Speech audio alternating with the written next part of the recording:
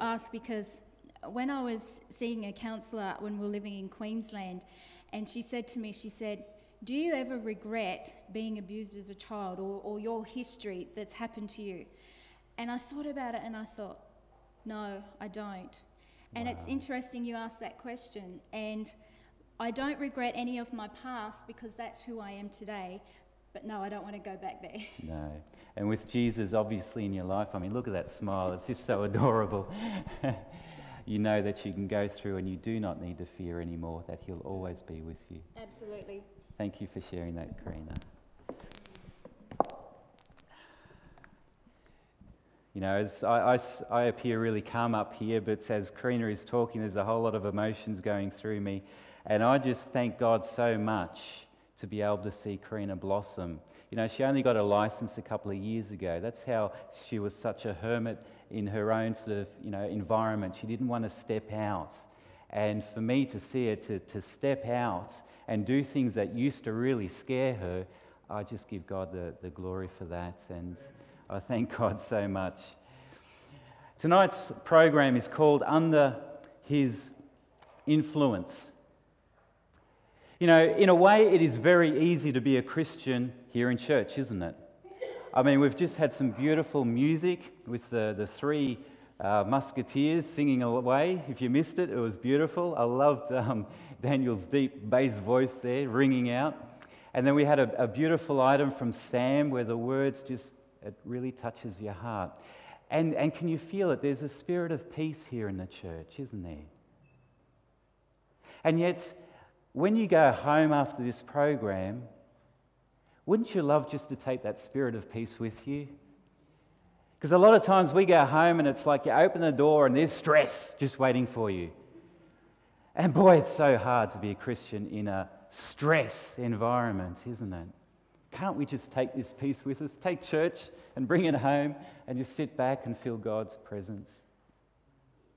Well, tonight I'm going to talk about a topic that will challenge you and really point the finger at you on how serious you are about following the one you love, Jesus. I remember, I think it was probably a year or two ago, my wife had bought a series of DVDs, and the series was called Mother and Son. It was an Australian-type comedy program that she enjoyed watching. And she came up to me one day and she said, Michael, it's really strange, but when I watch this Mother and Son program, now there's nothing really wrong with it, it's funny, it's humorous and so forth, but she said, for me, when I watch it, I become irritable. And I don't understand it. I like it, I laugh at it, but after I've watched it, I'm just irritable.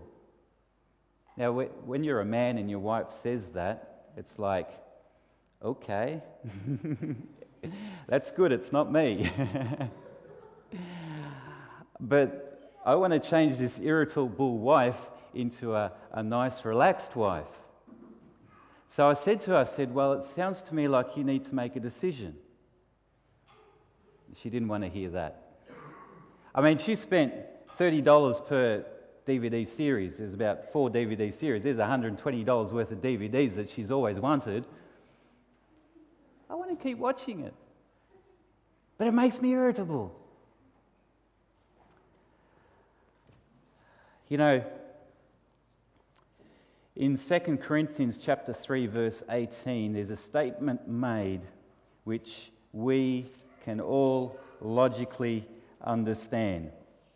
2 Corinthians 3:18, let me read it. But we all, that's all of us, with unveiled face, beholding as in a mirror the glory of the Lord. So there you go, just pretend you're standing there. There's a mirror because you can't see God's glory full on because it's just so powerful. So we see it in the mirror. You're standing there, you're looking at it, are being transformed into the same image. Who's that image in the mirror? It's Jesus. We're being transformed into that same image from glory to glory and advancement, just as by the Spirit of the Lord. What it's saying here is that as you look to Jesus, As you read about him, as you talk with others about him, you become more like him. There's another verse in the Bible in Proverbs chapter 23, verse 7, which says basically the same thing. I want the Bible to explain it first before I read it. It says in the first part, "For as he thinks in his heart, so is he." What you think about is what you become. Is that true? Have you, well, I shouldn't really pick on the teenagers, but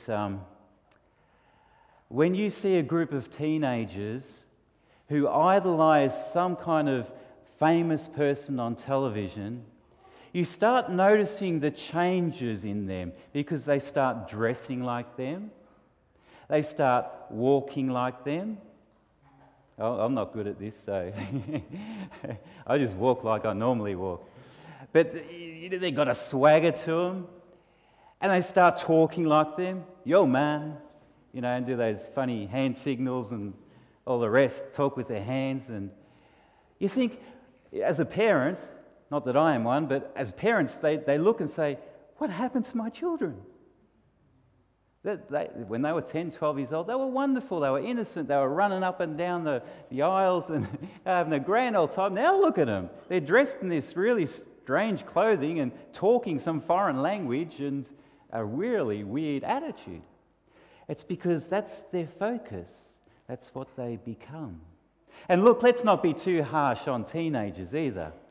I mean, us as human beings get sucked up into the world of wealth, don't we? We start thinking money. And with everything we look at it in terms of money. It's so often that, I don't want to pick on the wives, but it's a good illustration. A wife comes home with a brand new dress. I say, how much did it cost? It was 50% off. Yes, I know it was 50% off. But how much did it cost? It was a huge bargain. I couldn't miss it. How much did it cost? It was reduced from $400 to $200. $200. As a man thinks, so is he. We've been spending the last 8 or 9 programs talking about Jesus. And I'm not sure, I pray that as you go through the day, the influence of God's Spirit, what He speaks through the Bible, comes with you. And you start thinking like Jesus. You start seeing things like Jesus. Because that is what Jesus wants you to become. In Philippians chapter 4, verse 8, God knows how important it is for us to have the right kind of thoughts in our minds. In Philippians chapter 4, verse 8, Paul says, "Finally, brethren,"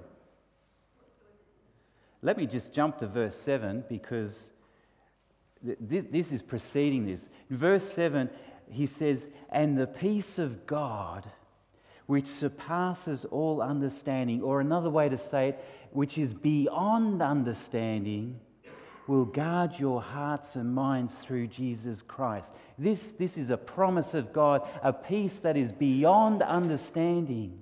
But to keep that peace, he says, verse 8, "Finally, brethren, whatsoever things are true, whatever things are noble, whatever things are just, pure, lovely, of good report, if there is any virtue in them, meditate on these things. If there is anything praiseworthy, meditate on these things." You think that's a good idea? Yeah. You think positive, you are positive. You start thinking pure, lovely, compassionate thoughts, that's what you become. It's just a natural thing that happens. One of the laws of God, just like gravity. You jump in the air, you'll fall down. You think, you become.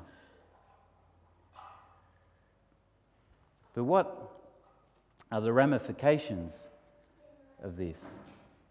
Let me look at the positive aspect.